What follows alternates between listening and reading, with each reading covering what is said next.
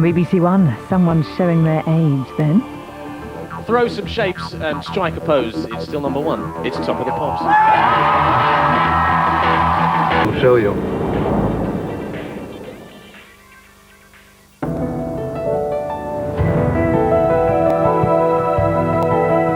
Now on BBC1, BBC News 24, joining John Simpson in Pakistan. For another reason, because it's. I mean, they detest television as the image of the human being. I mean, there's something terribly wrong with that. Well, isn't and also there? they're afraid of being undermined. They're afraid of treason, like me. That something terrible is going to go out to the West, and it's going to be advertised, and there'll be more bad bad things said about the Taliban, which there is going to be.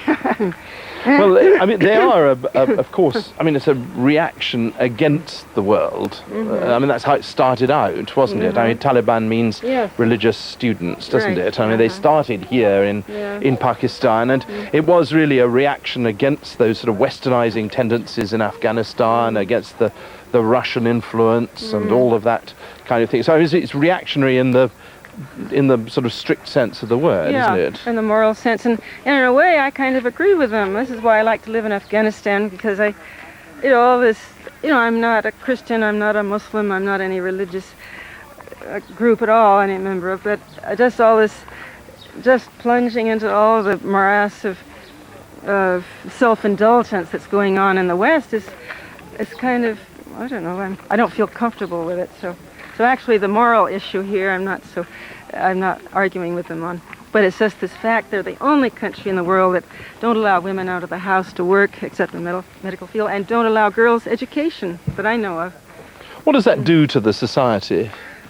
Well, it produces a whole lot of very frustrated women, and men also. I mean, let's not forget the men's lives are being controlled in regards to their dress and their facial hair and all this is. Well, they've got to wear beards, not allowed to shave. Not allowed to cut their beards, actually, aren't they? They're not allowed to cut them. They're not allowed to trim them. This is one of the tests. Taliban comes up to the man with the beard and feels to see if it's been cut, trimmed in behind at all. And then oftentimes they're taken out to the jail until the beard grows back. Can you imagine? I just still, after these 4 years, I'm still in shock about the whole thing, how they can do this and get away with it. Are they still beating people in the streets? Oh, yes, yeah.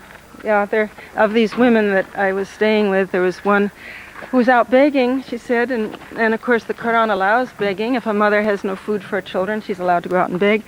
And she said they beat me on the head so much the blood was running down my face. And it was healed now. I mean, she showed me where the scar was on her scalp. I mean, it's out of sight where you don't see it. I don't see it very much. In fact, I asked a woman, I said, I don't think the Taliban are beating anybody anymore. And they said, oh, well, yes, we saw somebody Taliban